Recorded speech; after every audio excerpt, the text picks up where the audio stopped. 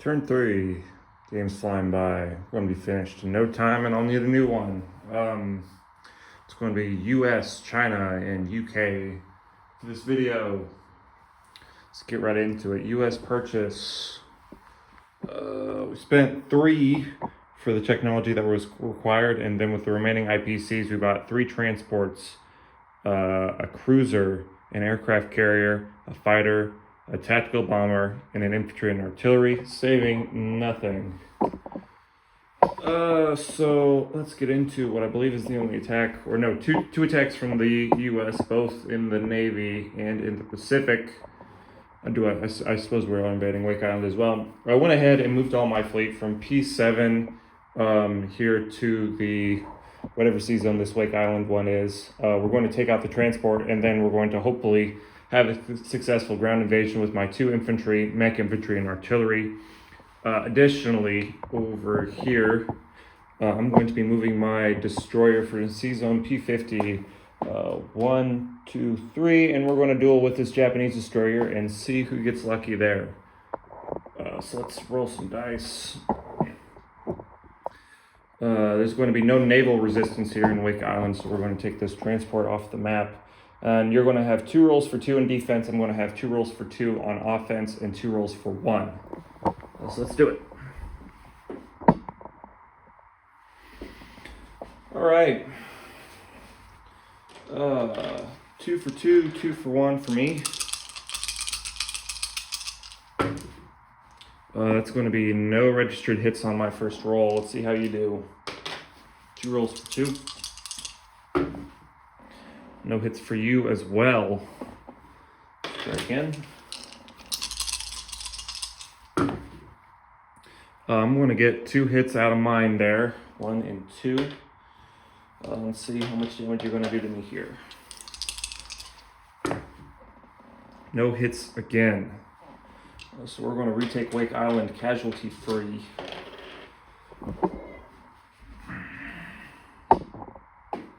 Take your Japanese pieces off the board. And the rising sun marker as well. 2 infantry, artillery, mech infantry sitting on the island. Expected to have more casualties than that. I expected one of my transports would have to go back to Hawaii and pick up more troops. Should it survive any counterattacks, the Navy at least. Let's try this one in P47. We got a destroyer v destroyer. It'll be 2v2. So I definitely need to record the dice rolling. I can't just point it at the map. So let's do it. My 2. Miss. Your 2. Hits. No luck for me there today. It's alright. US destroyer wasn't going to be doing much there in the Pacific anyway. And I like to gamble. I do. Well, so that's going to be all the combat this turn for the US. Now what we have to do is make our ground combat moves. Obviously, I moved the fleet here. The only thing left to move over on this side is the strategic bomber from San Francisco. 1, 2, 3, 4, landing in Hawaiian Islands there. I have no American pieces on this side of the board remaining, other than the 2 anti-aircraft guns remaining in San Francisco. Over on the Atlantic, I'm going to take an infantry and an artillery in the transport at A40, and I'm going to move it 1, 2 in Sea Zone A29 in Latham in Casablanca to join the 1 French infantry there. I'm going to move the aircraft carrier, the fighter on the aircraft carrier, and the cruiser to join the transport as well. This tactical bomber here in the western United States is going to move 1, 2, 3, 4 and land on the cruiser. Both my transports, well, I'm going to load 1 mech infantry onto the transport and move it down here to Brazil. Take both of them down here to Brazil. Oh, I need another mech.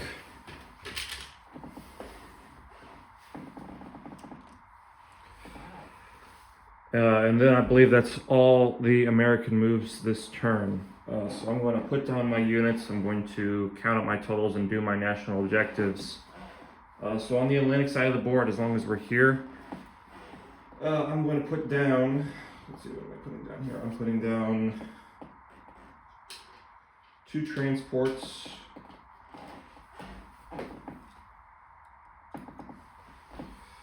a cruiser,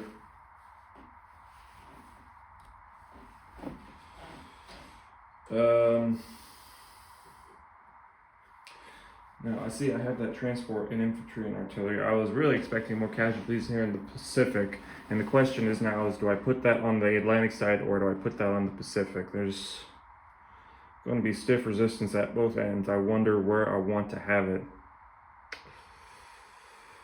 I'm probably going to see more land casualties on the Atlantic side, so I'm going to put it there. I'm going to put a 3rd transport in C-Zone 821, along with another infantry and artillery. We're going to put them both there and see how that plays out for us. So on the Pacific side, we're going to put the carrier, tactical bomber, and fighter here in P-Zone 7. So I got a lot of ships and planes to count out for you here. C-Zone 7 or P7, I have carrier, fighter, tactical bomber. San Francisco has 2 anti-aircraft guns. Hawaiian Islands, 2 infantry and a strategic bomber. In C-Zone P26, I have 3 carriers. Their cargo is 4 fighters and 2 tactical bombers. I have a single battleship, 2 cruisers, 1 submarine, 4 destroyers, and 2 transports. On Wake Island, I have 2 infantry, a mech infantry, and an artillery. Over on the Atlantic, in Casablanca, I have an infantry and an artillery. In C-Zone A29, I have a carrier holding a fighter and a tactical bomber, a transport and a cruiser. In C-Zone A40, I have 2 transports. In Brazil, 3 infantry and a mech infantry. C-Zone A21, 3 transports and a cruiser. The Western United States sees 3 infantry, 2 mech infantry, and artillery and a tank, along with 2 anti-aircraft guns. And that's all the American pieces on the board. IPCs and national objectives. They start out with 55 points for the original territories. I've lost the Philippines. In addition to the Philippines, I've also lost Guam. So that's 2 original territories I will not be seeing my 1 IPC bonus from. So I'll be collecting 53 for my original, plus 13 for each original I still control. Brazil here is going to make 2 IPCs. That's all I get for territories, national objectives. I'm going to get a 10 IPC bonus for being at war. I'm going to get a 15 IPC bonus for the second turn the U.S. is at war. I'm going to receive a 3 IPC bonus for having 2 land units in Casablanca. So if we add that all up, 53 plus 13 is 66. Brazil makes 70. Being at war makes 80. Turn 2 of war makes it 95. And then the Casablanca is going to make it 98 IPCs that the U.S. is going to collect. 20, 40, 60, 80, 90, 95, 96, 97, 98. We'll put that in the U.S. tray for next turn. On a less affluent and wealthy side of the board, we have China's turn to begin with. I have 8 IPCs with China. The Silk Road's still open, or is that called the Silk Road or something else? I think that's the Silk Road. It's still open, so I can purchase artilleries, and that's going to be my buy. Is going to be 2 artillery for the Chinese. I'm not sure I've attacked with the Chinese all game, and that's going to continue. The only thing I'm going to do is I'm going to move my 1 infantry from Yunnan into Sichuan. I need to remember to move the French piece next turn to block off any potential blitz from Hopei. And then I'm going to move the infantry from Qinghai into Xinjiang, and I'm going to mobilize the 2 infantry there. Put 2 more infantry, Chinese infantry, onto the board and put a Chinese marker there.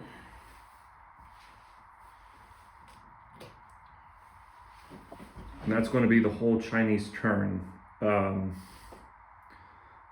I should have cleaned up this mess in Szechuan by now, but I didn't, so I'm going to have to count this kind of inconveniently. I have 5 infantry, 6, 7, 8, 13, 14, 15 infantry. I have 15 infantry, 5 artillery, 1 anti-aircraft gun, 1 fighter, 3 cavalry in Szechuan, and then 3 infantry. Seeking is my only Chinese pieces on the map. IPC collection, 1, 2, 3, 4, 5, 6, 7 IPCs, plus a 2 IPC bonus for each 3 Chinese territories I control is going to put me at 9 IPCs. China will collect this turn.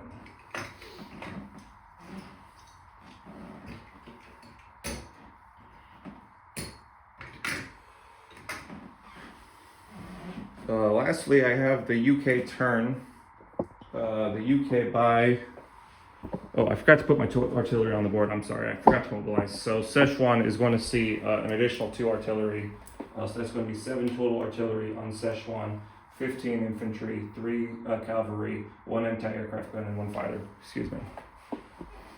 Now, for real this time, onto the UK turn.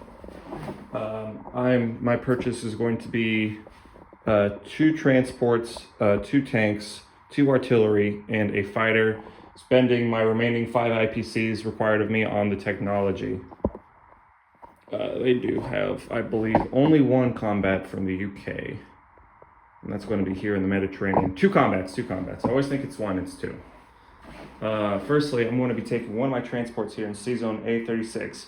I'm going to be picking up the infantry in Malta. I'm going to be moving back to C Zone A34 and placing this infantry in Greece. I suppose this would count as a non-combat move. I'm going to go ahead and put it in here anyway, and be mobilizing the 4 Greek infantry there. As British, I'll put a British tricolor on there. Feels like combat to me because it feels like I'm opening up a second front there. See if it goes anywhere. It's not a lot of pieces. I'm also going to be sending this fighter and this tactical bomber to take out the strategic bomber here in El Alamein. So that's going to be a 3 and a 4 versus a 1 defending. And I'm just going to look at the board real quick and make sure I don't actually have another combat. And I'm pretty sure the answer is no, I don't. Oh, I do actually. I do have 1 more combat. Up here in the channel, I'm going to be sending my destroyer to C Zone A19 along with this tactical bomber and my 3 fighters to C Zone A19, and we're going to take out the submarine there, hopefully. So that's going to be my combat moves for the UK this turn.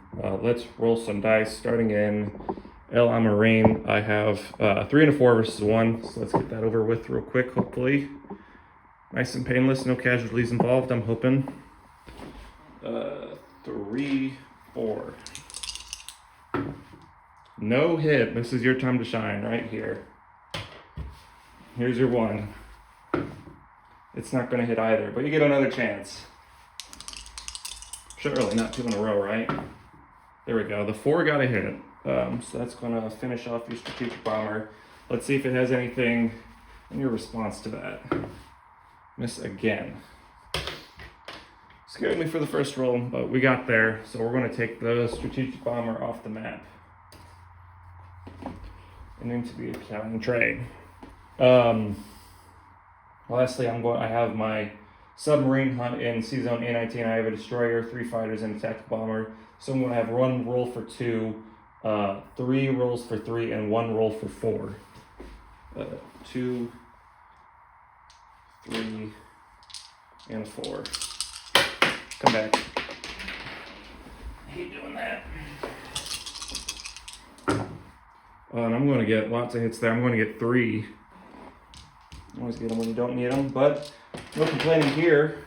You have 1 roll for 1 with your submarine defense. It's not going to hit. So casualty-free British turn. Didn't do a whole lot, but didn't lose a whole lot either. So we're going to take the last German sub off the board. Put it in its tray. See, we have some planes to land, and some pieces to move. In Iran, I'm going to be, well, I got the camera here. I might as well start here. I'm going to land my planes back in London. That unit's good. That unit's good. I'm going to land the planes in the Mediterranean. I'm going to move my entire fleet to Sea Zone A34 with my submarine and land the 2 planes, 1, 2, 3, back on the aircraft carrier.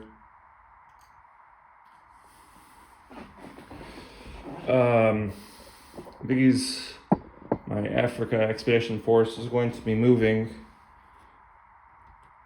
to Anglo-Egyptian Sudan. Hit me with your best shot. I'm not afraid. They're not afraid. Over here in the Middle East, I'm going to be taking back my infantry from West India and my 2 tanks from Iran to West India as well. I'm going to be moving up this infantry to West India. Is that a good idea? You are within striking distance. Yeah, we're going to keep them there. Everything else in India is going to stay in India. My 6 British troops in Thailand are going to move up to East Burma, if I can pick it up. I'm going to be moving my 2 infantry from Yunnan into Sichuan. I feel like I'm going to need this fighter down in India, so it's going to go from Yunnan 1, 2 to India. This anti-aircraft gun, though, is going to go into Sichuan, leaving only the French infantry in Yunnan. And I'm looking, and I don't think the British have any other pieces on the board. They don't. So I'm going to go over my troop placements, or I'm going to mobilize my units first, and then go over my troop placements. Then go over my income and national objective. 2 tanks are coming into India. Everything else, 2 artillery, 2 transports, and the fighter are going to be going to London. 2 transports, Sea Zone A20. My fighter's going to London, my 2 artillery's going to London. So let's chip these up.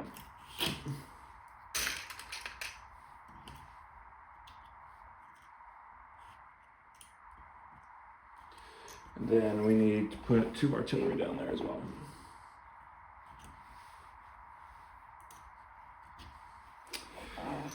Okay, so in London, I have 5 infantry, 1 mech infantry, 5 anti-aircraft guns, 4 fighters, 1 tactical bomber, 2 artillery. Sea Zone A19, I have a lone destroyer. Sea Zone A20, I have 4 transports and a battleship. Gibraltar, I have an infantry.